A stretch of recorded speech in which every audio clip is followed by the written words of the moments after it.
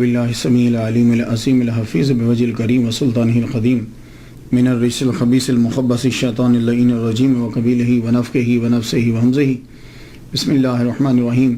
تمام نبیوں کے سردار حضرت محمد صلی اللہ علیہ وآلہ وسلم اور تمام مذاہب کے سردار دین اسلام کے پیروکاروں، سلام علیکم طبتم، رحمتیں اور برکتیں، صلاۃ و سلام سرکار کی ذات پر اور دنیا کے عظیم ماں باپ، حضور کے ماں باپ حضرت آمینہ اور حضرت عبداللہ۔ آج کی گفتگو جو ہے وہ 33ویں مرحلے میں داخل ہو گئی۔ حضرت رحمت میں ربی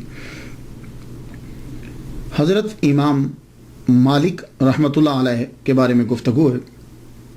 دوسرے امام ہیں یہ، فقہ کے اندر بہت بڑا مقام ہے ان کا۔ آئیے گفتگو شروع کرتے ہیں نام سے پہلے۔ آپ کا نام جو ہے مالک بن انس، نون کے اوپر زبر پڑھیں گے، بن مالک بن ابی عامر بن عمر بن حارث بن غیمان بن خثیل سا ہے، مدنی یمنی اصبحی۔ آپ کے والد گرامی کا نام جو ہے وہ انس ہے۔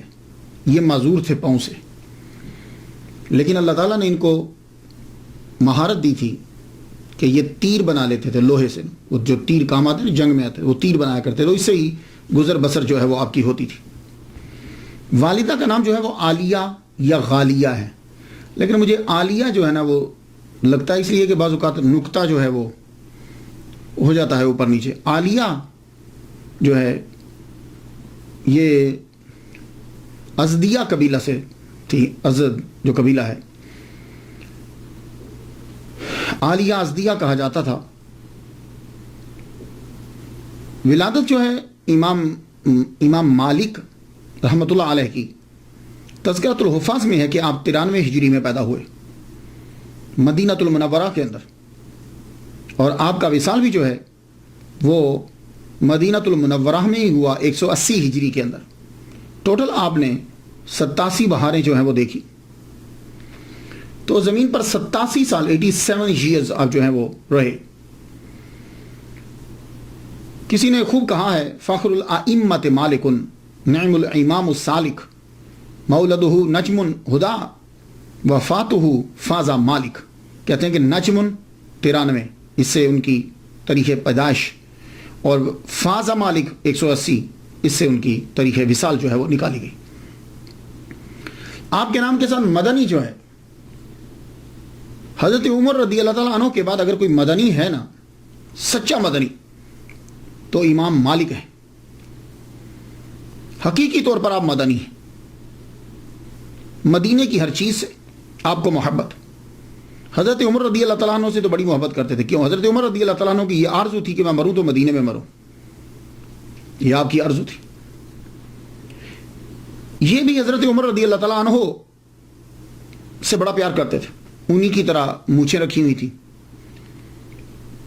اور انہی کے فتاوا پر، ان کے بیٹے کے فتاوا پر جو ہے وہ فتویٰ دیتے تھے، انہی کی فقہ کو زیادہ تر ترجیح دیتے تھے، انہی کی جگہ پر بیٹھتے تھے۔ تو اگر آپ مدنی کسی کو کہیں گے، صحیح طور پر مدنی اگر ہے کوئی، تو امام مالک رحمۃ اللہ علیہ۔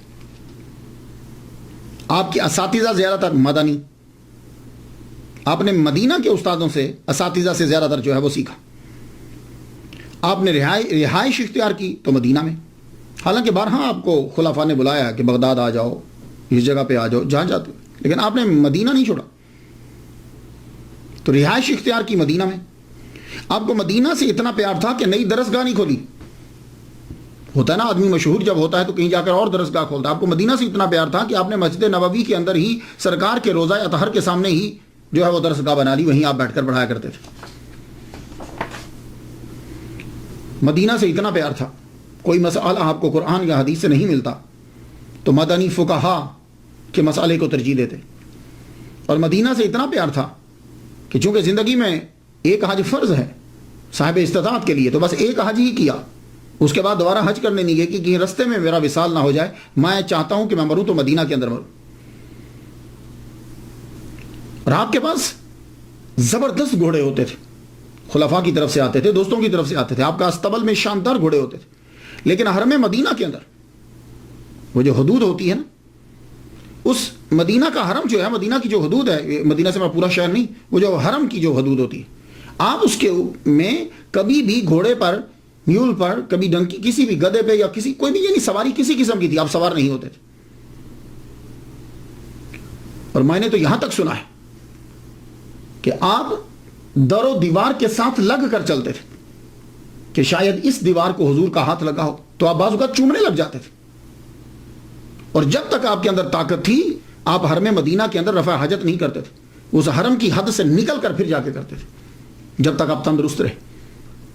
تو مدنی جو ہیں وہ یہ آج کے دور کے اندر بھی میں جھلک دیکھتا ہوں. یہ لفظ مدینہ کا استعمال جو آج کے دور کے اندر ہوا ہے، یہ امیر دعوت اسلامی مولانا الیاس قادری مدث ذیل العالی، ان کی ہر چیز کے اندر جو ہے وہ میں لفظ مدینہ کا استعمال دیکھتا ہوں. کسی کو بلانا ہو تو اوے نہیں کہتے، مدینہ. اور اگر لڑکا ہے کوئی تو نام تو ہے لیکن کہ مدنی منا تلاوت کرے گا. چینل ہے تو مدنی چینل. اور اگر کسی کو چپ کرانا ہے تو یہ نہیں کہیں گے چپ کرو بھائی کفل مدینہ لگاؤ. مدنی بہاریں، مدنی پھول، جو سائے ہیں اس پہ لکھا جاتا ہے مدنی پھول ہی. اور جب لوگ جا رہے ہوں تو کہتے ہیں مدنی قافلہ جا رہا ہے. اور عالمی مدنی مرکز سے رابطہ کریں. باب المدینہ، مکتبۃ المدینہ، غم مدینہ، مدنی عملہ سے درخواست ہے، یعنی جو کام کر رہے ہیں لوگ. مدنی علاج، کوئی بیماری ہوگی تو جاؤ علاج کرو، مدنی علاج کرو. ایون کہ امیر دعوت اسلامی ریاض قادری صاحب جب مدینہ شریف میں جاتے ہیں تو ان کے ہاتھ میں جو ہے وہ ایک باٹل ہوتی ہے. وہ کیا کرتے ہیں کہ جو ہی حرم شروع ہوتا ہے تو اس باٹل سے وہ اپنے پاؤں دھو لیتے ہیں، جوتا اتار دیتے ہیں، ننگے پاؤں جو ہیں وہ وہاں پھرتے رہتے ہیں. تو مجھے تو ایک صاحب نے بتایا تھا کہ جب یہ مدینہ کی جو خاک ہوتی ہے نا، جو حضور صلی اللہ علیہ وآلہ وسلم کی جو بڑی متبرک ہے، اسے پکڑ کر یوں آنکھوں کے اوپر جو ہے وہ لگاتے رہتے. ایون کہ اگر آپ الیاس قادری صاحب مدث ذیل العالی امیر دعوت اسلامی، ان کے جو سگنیچر ہیں، دستخط جو ہیں، آپ دستخط دیکھیں گے تو اس کے اندر بھی مدینہ لکھا ہوا ہوتا ہے. تو ایک بات یاد رکھیے گا، یہ جو لوگ عروج پہ پہنچتے ہیں نا، یہ مدینہ کی خاک کی وجہ سے پہنچتے ہیں.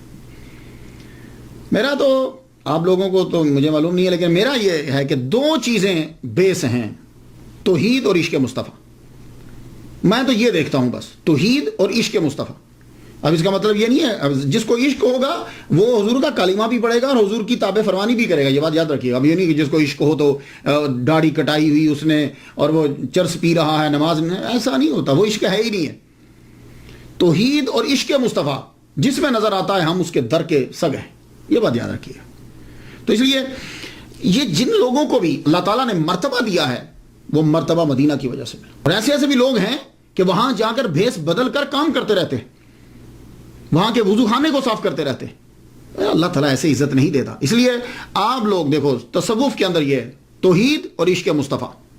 کسی میں توحید ہے اور عشق مصطفیٰ نہیں، وہ بھی بندہ ابھی تک کامل نہیں ہوا. توحید اور عشق مصطفیٰ جس میں دیکھو دیوانے ہو جاؤ اس کے.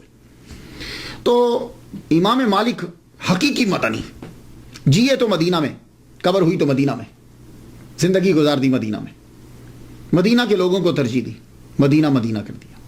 اور اصبحی، آپ کے نام کے ساتھ اصبحی بھی لگتا ہے. یہ یمن کا ایک قبیلہ ہے. ابو عامر پہلے تھے کہ جو یمن سے آئے تھے اور حضور صلی اللہ علیہ وآلہ وسلم کے ہاتھ پر اسلام قبول کیا. اور یہ غزوہ بدر کے علاوہ تمام غزوات میں محمد مصطفیٰ صلی اللہ علیہ وسلم کے ساتھ شریک ہوئے. تو یہ چونکہ قبیلے کے ساتھ تعلق رکھتے تھے، اس قبیلے کے ساتھ، اسی لیے امام بنی اصبح قبیلہ تھا نا یمن کا، تو امام مالک بن انس اصبحی جو ہے یہ کہہ رہا ہے. تو یمنی، چونکہ آپ کے آباء و اجداد جو ہیں وہ یمن میں رہتے تھے تو یمن سے آئے تھے، اس لیے آپ کے نام کے ساتھ آپ لوگ یمن بھی جو ہیں وہ یمنی بھی پڑھیں. اب آ جائیے گفتگو آگے شروع کرتے ہیں. امام مالک رحمۃ اللہ علیہ، آپ کا خاندان جو ہے وہ علمی گھرانہ ہے. کوئی نہ کوئی وجہ ضرور ہوتی ہے کہ آدمی جب بلندی پہ پہنچتا ہے نا تو کوئی نہ کوئی چیز ضرور آتی ہے. آپ کا گھرانہ علمی گھرانہ، بھائی آپ کے پڑھے ہوئے، دادا صاحب علم، پردادا صاحب علم، باپ علم کا قدردان. اب تفاوت تو فرق تو ہوتا ہے نا، مراتب تو ہیں. امام مالک کہ والد گرامی رات کو کھانا اکٹھا کھاتے، ٹیبل پہ جب بیٹھ جاتے تو آپ اپنے بیٹوں سے کوئی نہ کوئی مسئلہ ضرور پوچھتے، اور یہ آپ لوگوں کو بھی کرنا چاہیے، خاص طور پہ آپ لوگ جو امریکہ میں ہو، یورپ میں ہو، میری تقریر تو خیر ہر تقریباً سنی جاتی ہے، آپ جب بیٹھو تو بیٹے سے مسئلہ پوچھو، وضو کیسے کرتے ہیں، ٹائم کیا ہے، اس طرح کے نمازوں کے ٹائم کیا ہے، نمازوں کے نام کیا ہیں، مہینوں کے نام کیا ہیں، تو وہ اپنے بچوں سے پوچھتے۔ فقہ کا مسئلہ آپ نے امام مالک سے پوچھا، تب چھوٹے تھے وہ، امام مالک سے پوچھا، وہ جواب نہ دے پائے، آپ کو بڑا غصہ آیا، آپ نے انتہائی کھانے کی ٹیبل کے اوپر ڈانٹا، آپ کی والدہ جو ہیں وہ بھانپ گئی، رخ کو موڑ دیا انہیں۔ وجہ کیا تھی؟ ڈاکٹر ہشام ہیں، یہ اچھے مورخ ہیں، بولتے بھی اچھا ہیں، تاریخ پر بڑا عبور حاصل ہے ان کو، کہنے اصل میں امام مالک رحمۃ اللہ علیہ کو بچپن میں ان کا رجحان ہو گیا ان لوگوں کی طرف کہ جو لوگ گاتے ہیں، اور آپ کو معلوم ہے کہ جب آدمی چھوٹا ہوتا ہے نا تو وہ چاہتا ہے کہ میں بھی پاپولر ہو جاؤں، میں مشہور ہو جاؤں، تو آپ دیکھتے تھے کہ جو لوگ گاتے ہیں یہ لوگ بڑے مشہور ہوتے ہیں، تو آپ کا دل کرتا تھا کہ میں سنگنگ کی طرف میں چلا جاؤں۔ آپ کی والدہ جو ہیں، اب آپ کے والد آپ لانا چاہتے ہیں دین کی طرف، تو آپ کی والدہ سمجھ گئی، بولی بات کو موڑا، کا میں خود سمجھاتی۔ کھانا ختم ہونے کے بعد آپ لے کر گئی، بیٹے کو سمجھا کہ بیٹے دیکھو، یہ جو اداکار اور اداکارائیں ہوتی ہیں، یہ سیلیبریٹیز جو ہیں، یہ بیٹے جوانی تک لوگ ان کے دیوانے ہوتے ہیں، جب جوانی ختم ہو جاتی ہے نا تو لوگ بوڑھے ہو جاتے ہیں، جب وہ بوڑھے ہوتے ہیں نا تو لوگ دیندار ہو جاتے ہیں، تو جب دیندار ہوتے ہیں نا تو پھر وہ سمجھتے ہیں یہ کام برا تھا، تو پھر وہ ان کے فین نہیں رہتے۔ تو ان اداکاروں کا اور اداکاراؤں کا بڑھاپا انتہائی برا ہوتا ہے، اللہ معافی دے، کوئی آدمی ان کو پھر پوچھتا نہیں ہے۔ تو بیٹے وہ چیز سیکھو کہ تمہارے مرنے کے بعد بھی تمہارا نام زندہ رہے، بیٹے کے ذہن میں یہ بیٹھ گیا۔ تو مائیں جو ہوتی ہیں نا یہ بڑی زبردست کمال کی ٹیچر ہوتی ہیں، تو آپ کے ذہن میں بیٹھ کیا لگے، ماں میں پڑھوں گا۔ تو والدہ ماجدہ عالیہ ازدیہ نے کیا کیا، آپ نے بیٹے کو غسل کروایا، کہا چل بیٹے نہاؤ، نہا کے آئے، خوبصورت لباس پہنوایا، بھائی وہ اتنے غریب نہیں تھے، مہنگا لباس پہنایا اپنے بیٹے کو، اور سر کے اوپر پگڑی رکھی۔ یہ جیسے آپ نے دیکھا نا مدنی منع دیکھے آپ نے، سر کے اوپر پگڑی ہوتی، تو پرانے زمانے میں پگڑی رکھتے تھے، پگڑی رکھی، لیکن قد چھوٹا، پگڑی بڑی رکھی، کہنے چل بیٹا چل۔ تو امام مالک کی والدہ محترمہ آپ کو لے کر سیدھا مسجد نبوی چلی گئی، مسجد نبوی میں چلی گئی۔ مسجد نبوی اس وقت دنیا کی بڑی یونیورسٹیز جیسی ایک یونیورسٹی تھی۔ Can you believe 70 classes Masjid Nabawi میں لگتی تھی، 70 کلاسز۔ ابھی بھی میں گیا ہوں تو میں نے دیکھا کہ وہاں بھی آپ بھی اگر کوئی جائے نا عشاء کے قریب، مغرب کے بعد، تو آپ کو وہاں ایک آدمی یہاں پڑھا رہا ہے، ایک آدمی یہاں پڑھا رہا ہے، ایک آدمی یہاں پڑھا، آج بھی کلاسز لگتی ہیں۔ اس دور میں 70 کلاسز لگتی تھیں، آپ خود سوچئے 70 کلاسز لگی ہوئی ہیں، اور مختلف سبجیکٹس جو ہیں وہ پڑھائے جا رہے ہیں۔ آپ اپنے بیٹے کو لیتے ہوئے سیدھا گئیں ربیعۃ الرعی رحمۃ اللہ علیہ کے پاس، ان کے پاس جا کے بٹھا دیا اور کہا یہ میرے بیٹے کو آپ پڑھائیے۔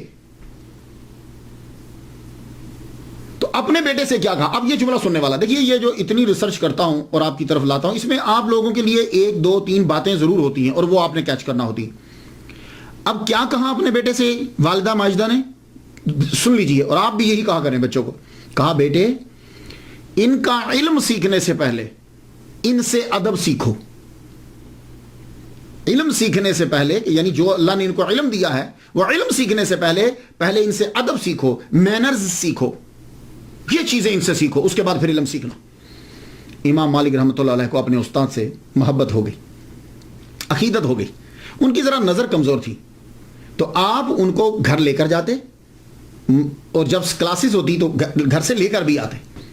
اب بینیفٹ یہ ہوا کہ ایک تو عقیدت بڑھ گئی، استاد خاص طور پر ان کو سکھانے لگ گئے، اور کلاسز میں جو سبق ہوتا اسے ایکسٹرا جو ہے امام مالک پڑھتے، اتنا شوق پیدا ہو گیا۔ اور پھر بعض اوقات امام مالک اپنے استاد کی توجہ حاصل کرنے کے لیے یہ بھی ٹرک کرتے، گھر سے اتنی کھجوریں لے آتے، کھجوریں لا کے باقی اسٹوڈنٹس کو بانٹ دیتے، وہ کھجوروں میں لگ جاتے، آپ استاد سے سبق لیتے رہتے۔ یہ ایک چیز تھی کہ آپ چاہتے تھے کہ میرے زیادہ سے زیادہ توجہ استاد کی میری جانب ہو جائے۔ اللہ اکبر جل شان۔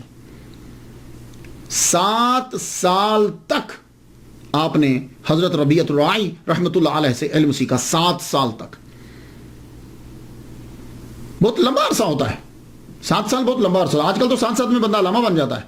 7 سال بہت عرصہ ہوتا ہے. تب بھی ایک ہی استاد کے پاس. ایک دفعہ آپ کی سسٹر نے ابا سے کہہ دیا ابا بہت ٹائم لگا رہے ہیں مالک.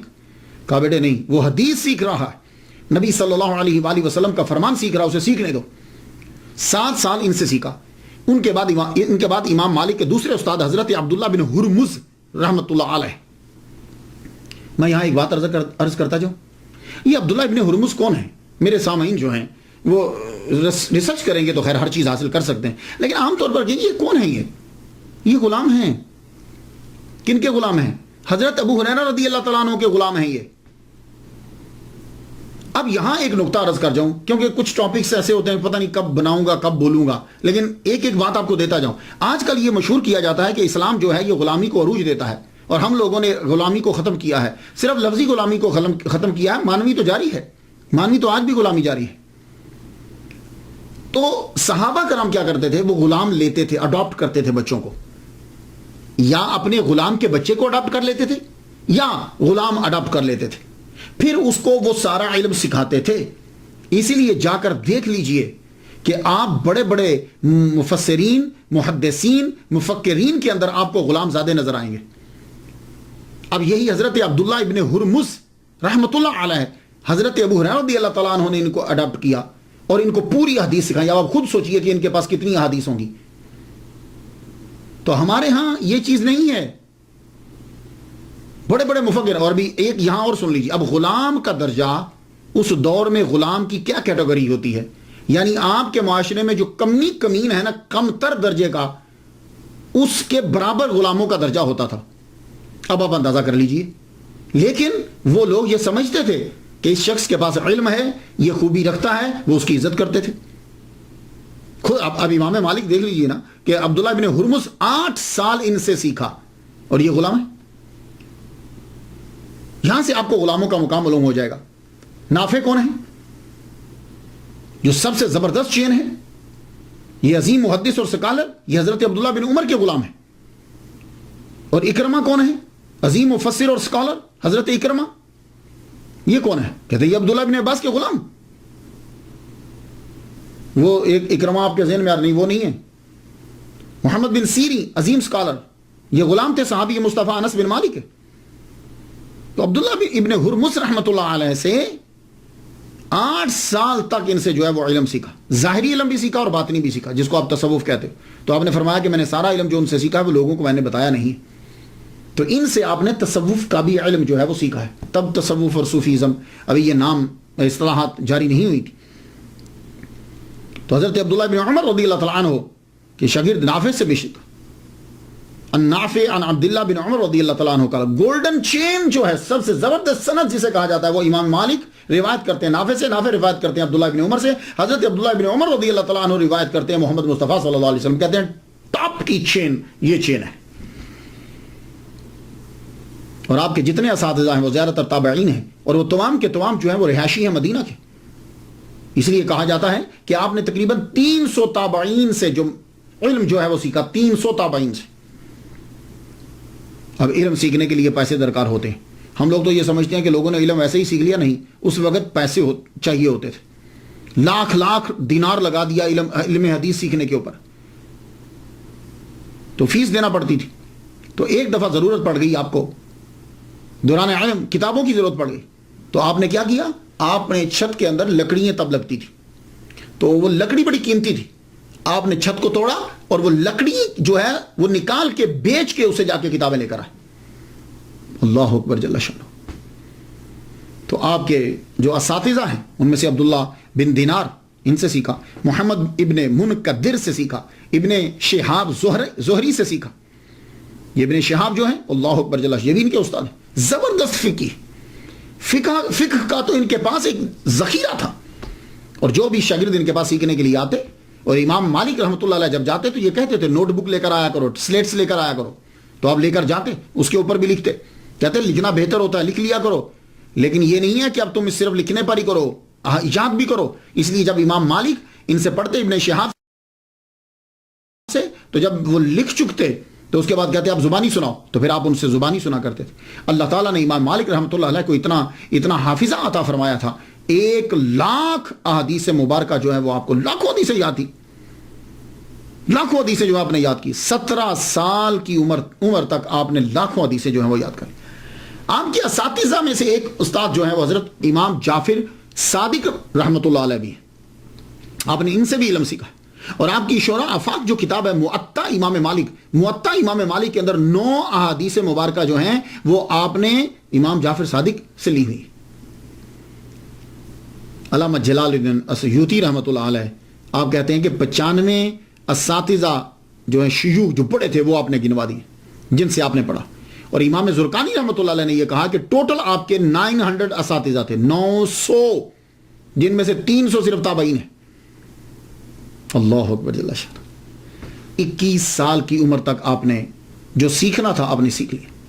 21 سال کی عمر میں آپ فارغ ہوئے. فارغ ہونے کے بعد اب آپ مسجد نبوی کے اندر جو ہے وہ آپ پڑھانے لگے. تو آپ کیا سمجھتے ہیں کہ کوئی بھی آدمی آتا تھا تو مسجد نبوی میں پڑھانے لگ جاتا تھا؟ نہیں. 70 کلاسز ہیں تو کم از کم 70 استاد تو ہوں گے اندر. بھائی ہر کلاس کا ایک استاد تو 70 تو ہوں گی کلاسیں. تو کیا امام مالک اٹھے اور جا کر پڑھانے لگ گئے اور مشہور ہو گئے؟ نہیں. آپ فرماتے ہیں کہ جب میں فارغ ہو کر جب میں نے تحصیل علم کر لیا تو 70 جید محدثین نے پہلے میرا امتحان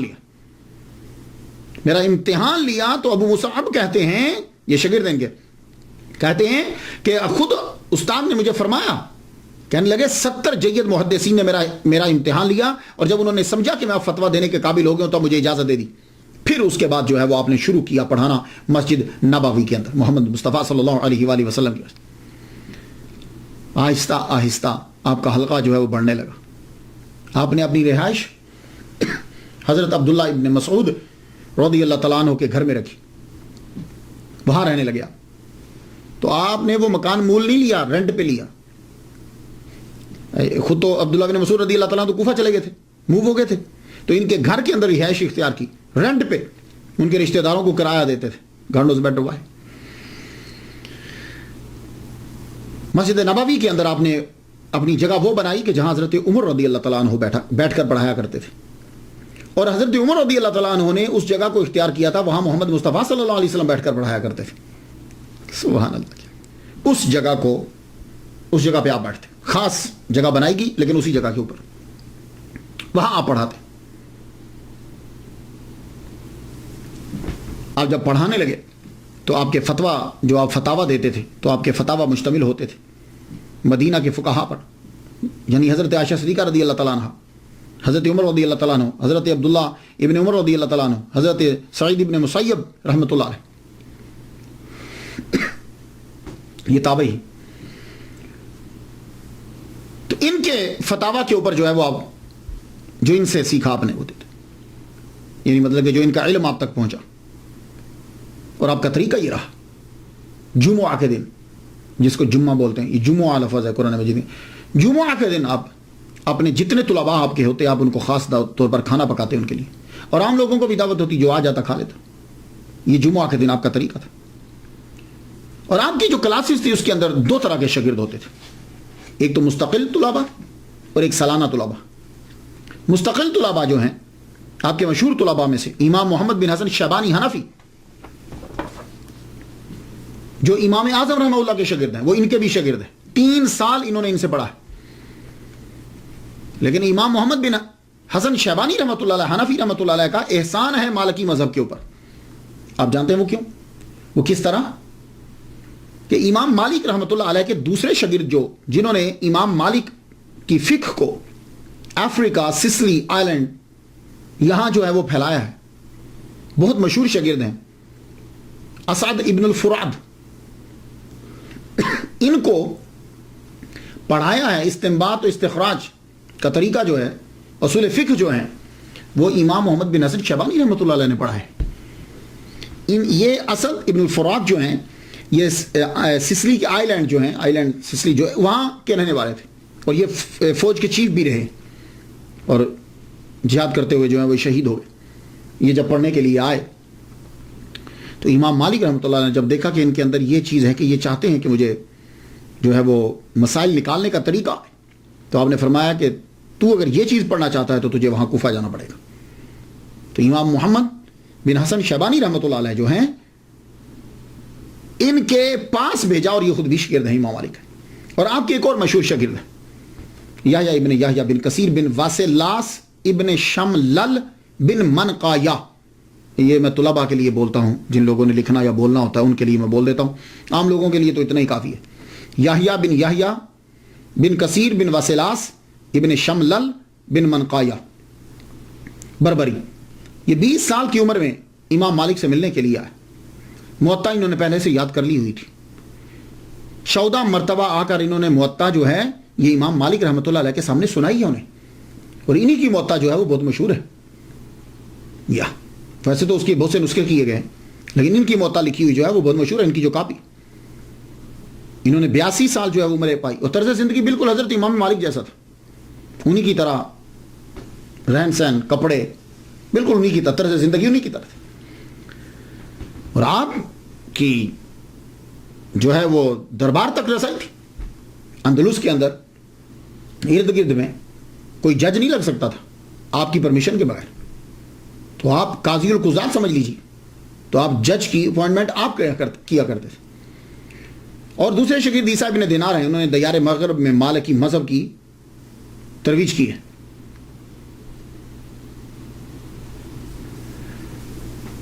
اسی طرح امام مالک کے شاگردوں میں سے آپ کی بیٹی جو ہے وہ بھی ہے، آپ کی بیٹی فاطمہ. انہوں نے پوری موطا جو تھی وہ اپنے والد گرامی سے زبانی یاد کی ہے. آپ کے بیٹوں میں سے تو کوئی خیر ایسا نام نہیں آیا. ایک بیٹے سے آپ کہا کرتے تھے پڑھ لو، لوگ اتنی دور دراز سے مجھ سے پڑھنے کے لیے آتے ہیں، تم کیوں نہیں پڑھتے؟ تو ان کو بڑا شوق تھا یہ کبوتروں کا، کبوتر اڑانے کا. تو امام مالک بارہ بلاتے تھے، آؤ یار مجھ سے پڑھ لو. بولتے نہیں، مجھے دلچسپی نہیں. لیکن آپ کی بیٹی جو ہیں انہوں نے پڑھا، موطا یاد کی، اور بعد میں لوگ جو ہیں، خاص طور پر عورتیں جو ہیں، وہ جب حدیث یاد کرتی تھی ان سے تصحیح کرواتی تھی، یا کسی اور کو بھی شک ہوتا تھا تو وہ آ کے پوچھتا تھا.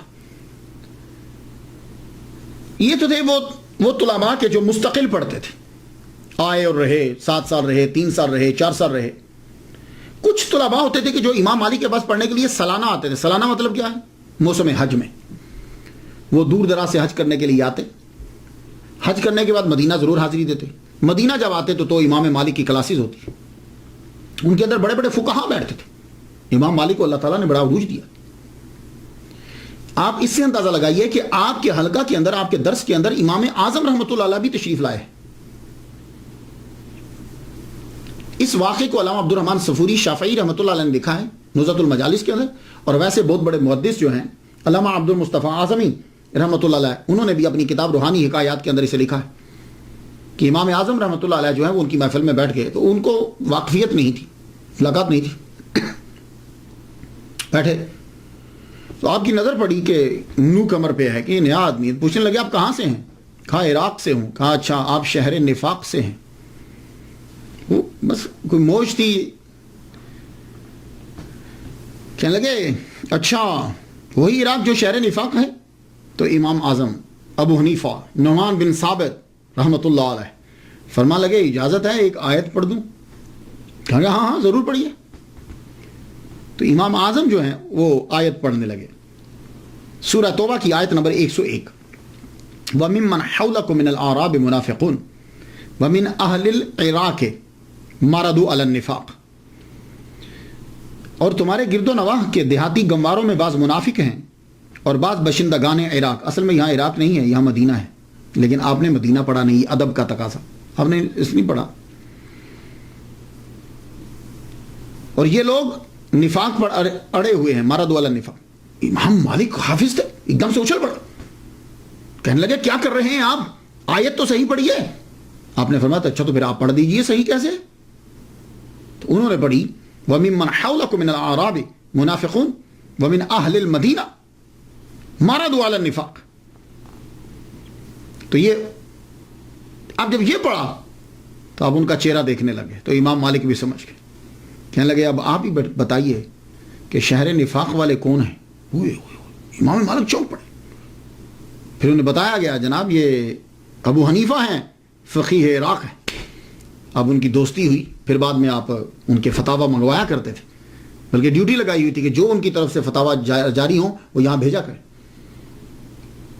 تو یہ میں آپ کو مثال دے رہا ہوں کہ سالانہ طلباء بھی ایسے جو وہ قافلہ آیا کچھ عرصہ رکا ان سے علم حاصل کیا اس کے بعد چلا گیا۔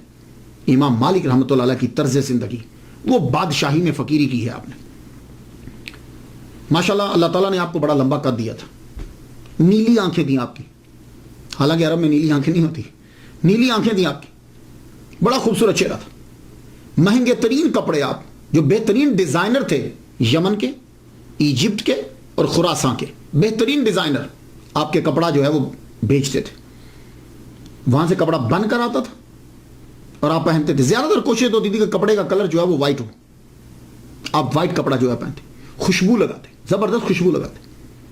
اس کے بعد آپ نے ایک انگوٹھی رکھی پہنتے تھے آپ چاندی کی، اور اس کے اوپر کالے رنگ کا جو ہے وہ نگ تھا، اور اس نگ کے اوپر لکھا ہوا تھا حسبنا اللہ و نعم الوکیل، یہ لکھا، اور آپ کی مونچھیں جو ہیں وہ بڑی تھی، حضرت عمر رضی اللہ تعالیٰ عنہ کی بھی مونچھیں بڑی تھی، یہاں سے آپ رکھ کے کاٹ دیتے تھے، مونڈواتے نہیں تھے مونچھیں آپ۔ پوچھا گیا امام مالک سے کہ آپ مونچھیں کیوں نہیں مونڈواتے؟ کہنے لگے یہ مونچھیں مونڈ دینا مسئلہ بنانے کے مترادف۔ تو حضرت عمر رضی اللہ تعالیٰ عنہ بھی جب کبھی کوئی مشکل مسئلہ آتا تو آپ یوں مونچھ کو پکڑ کے تاؤ دیتے تھے، اسے تاؤ دینا کہتے ہیں، یوں کرنا۔ تو سیم حضرت امام مالک بھی کرتے تھے، جب کبھی کسی مسئلے کو سوچ رہے ہوتے تو یوں آپ مونچھ کو پکڑ کے آپ بھی تاؤ دیا کرتے تھے۔ تو یہاں سے بڑی تھی، یہاں رکھ کے نا مثلا تو یوں کاٹ دیا کرتے تھے۔ اللہ اکبر جل شان۔ اور آپ جس گھر میں رہتے تھے اس گھر کے دروازے پہ آپ نے لکھا تھا، اور یہ اگر آپ کو بھی موقع ملے تو ضرور لکھیے گا۔ یہ سورہ کہف کی آیت نمبر جو ہے وہ 39 ہے، اس کا ایک حصہ ہے یہ۔ تو آپ نے جس گھر میں رہتے تھے، حضرت عبداللہ بن مسعود کا تھا نا، تو وہاں باہر لکھوایا ہوا تھا وَلَوْلَا إِذْ دَخَلْتَ جَنَّتَكَ قُلْتَ مَا شَاءَ اللَّهُ۔ تو یہ باقی تو چھوڑ دیا ہے، لیکن اکثر ہم ماشاء اللہ جو ہے وہ گھروں کے دروازے پہ ضرور لکھواتے، تو آپ بھی ماشاء اللہ جو ہے وہ ضرور لکھوایا کریں۔ اور جب تو اپنے باغ میں داخل ہوا تو تو نے کیوں نہیں کہا ماشاء اللہ لا قوت الا باللہ؟ اور جب نماز پڑھنے کے لیے امام مالک رحمہ اللہ جاتے مسجد میں تو ایک رومال لے کر جاتے ساتھ، نرم سا نا رومال، نرم سا ہاتھ میں جو تھا رومال لے کر جاتے۔ کسی نے پوچھا حضور نماز پڑھنے جاتے ہیں تو یہ رومال کیوں لے کر جاتے ہیں؟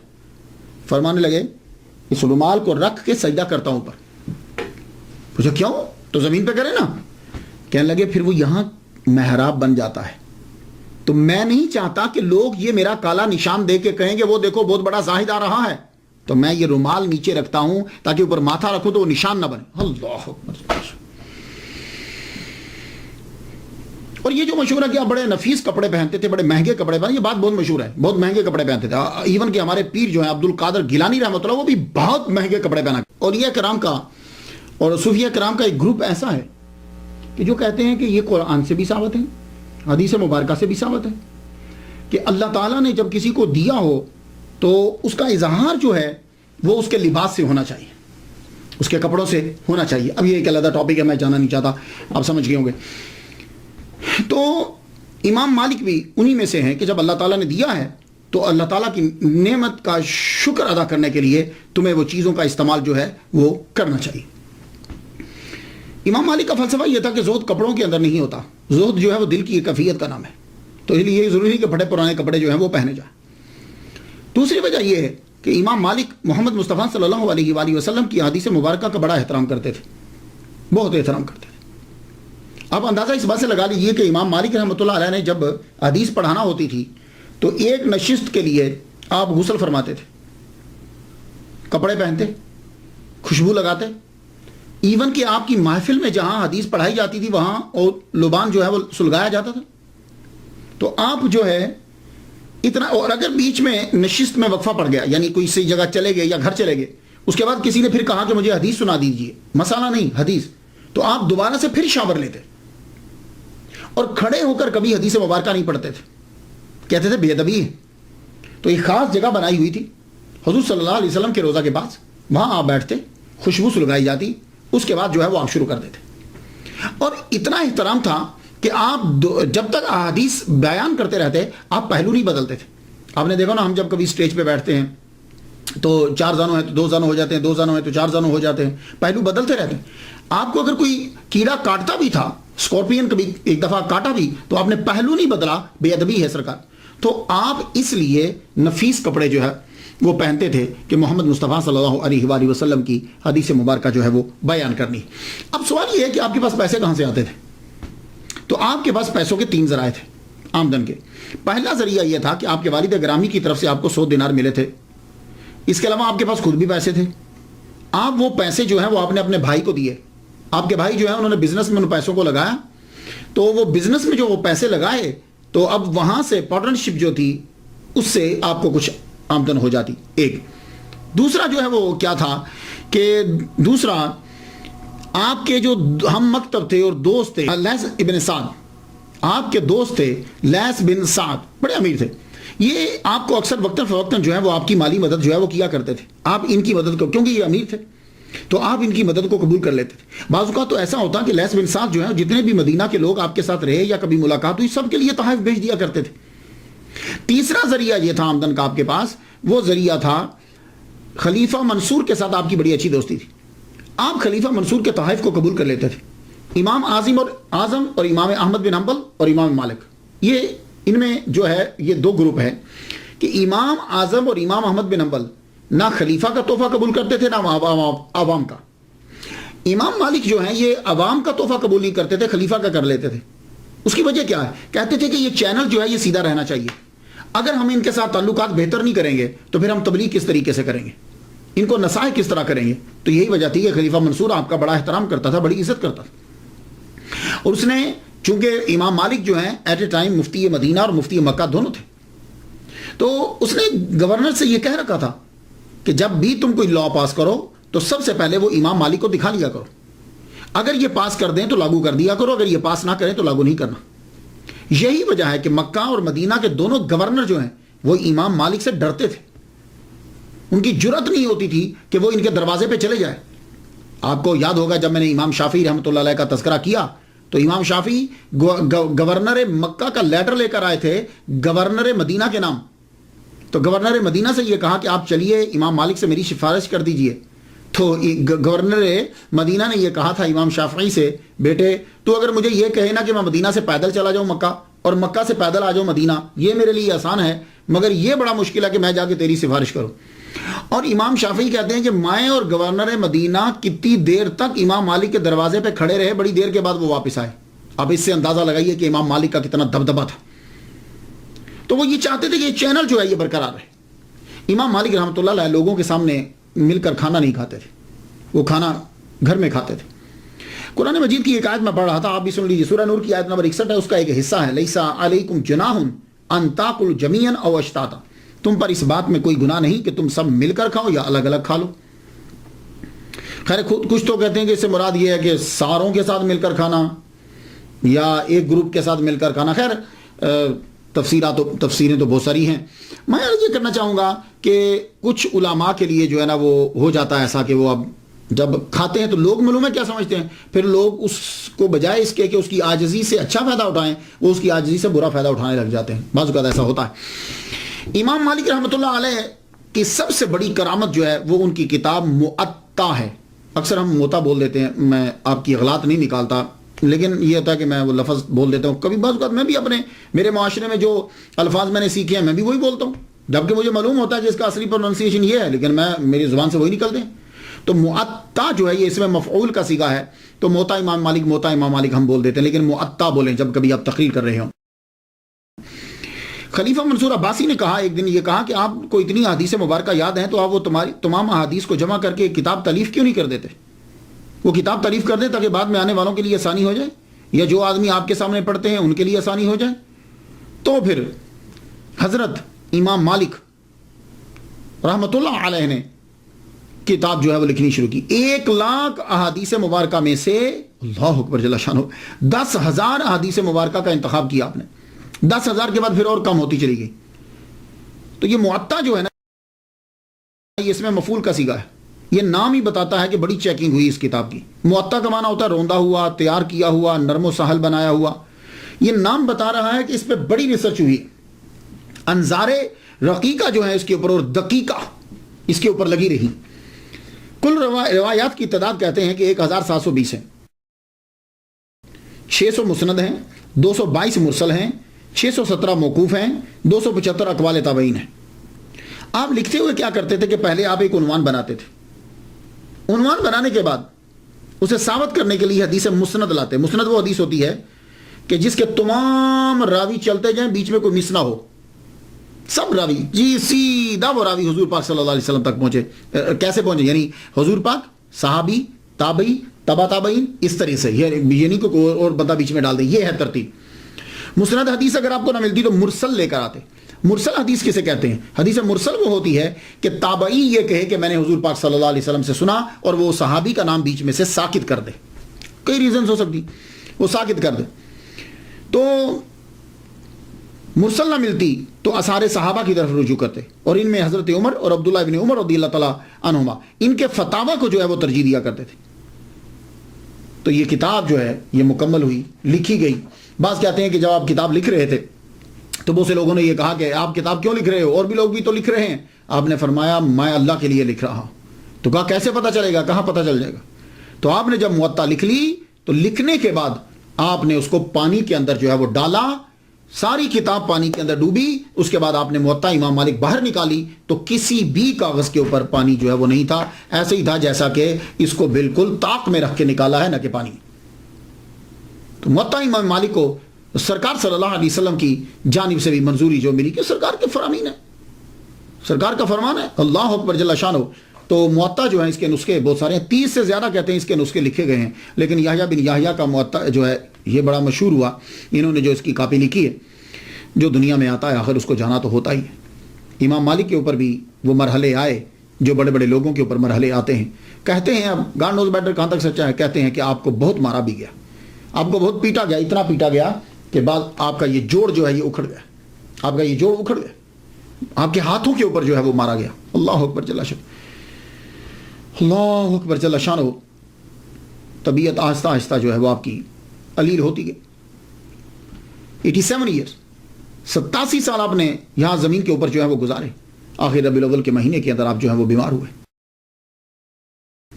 تو یحییٰ بن یحییٰ جو آپ کے بڑے مشہور شاگرد ہیں اور بڑے محبوب شاگرد ہیں، وہ آپ کے پاس، اور بار بار آتے جاتے ہیں کہ تاکہ استاد کی نظر میرے اوپر پڑ جائے. اور یحییٰ بن یحییٰ کہتے ہیں کہ 130 علماء فقہا وہاں جمع تھے، اور ہر ایک کی یہ آرزو تھی کہ ان کی نظر ہمارے اوپر پڑ جائے. آخرکار امام مالک رحمۃ اللہ نے اپنی آنکھیں کھولی، یحییٰ بن یحییٰ کو اپنے پاس بلایا، اور یہ بات سن لیجئے، یہ زبردست جملہ ہے، یہ خاص طور پر علماء کے لیے اور طلباء کے لیے خاص جملہ آپ نے امام مالک نے جو بول دیا. آپ فرماتے ہیں کسی شخص کو، یہ یحییٰ بن یحییٰ سے کہہ رہے ہیں آخر میں جب دنیا سے رخصت ہونے لگے، کسی شخص کو نماز کے مسائل بتلانا روئے زمین کی تمام دولت کو صدقہ کرنے سے بہتر ہے. اور یحییٰ کسی شخص کی دینی الجھن دور کرنا 100 حج کرنے سے افضل ہے. یحییٰ بن یحییٰ کہتے ہیں کہ اس کے بعد آپ نے کوئی گفتگو نہ کی اور آپ کا وصال ہو گیا. 10، 11 یا 14 ربیع الاول کو 179 ہجری میں آپ کا وصال ہوا. اور یحییٰ بن یحییٰ مصمودی جو ہیں رحمۃ اللہ علیہ، انہوں نے تجہیز و تکفین کا انتظام کیا، اور آپ کی قبر مبارک آج بھی جنت البقیع کے اندر آپ کی قبر مبارک ہے. تو پہلے آپ کی قبر مبارک کے اوپر گنبد تھا. یہ ذرا پکچر دیکھیے گا، اس پکچر کے اندر 7 نمبر ذرا ڈھونڈیے گا.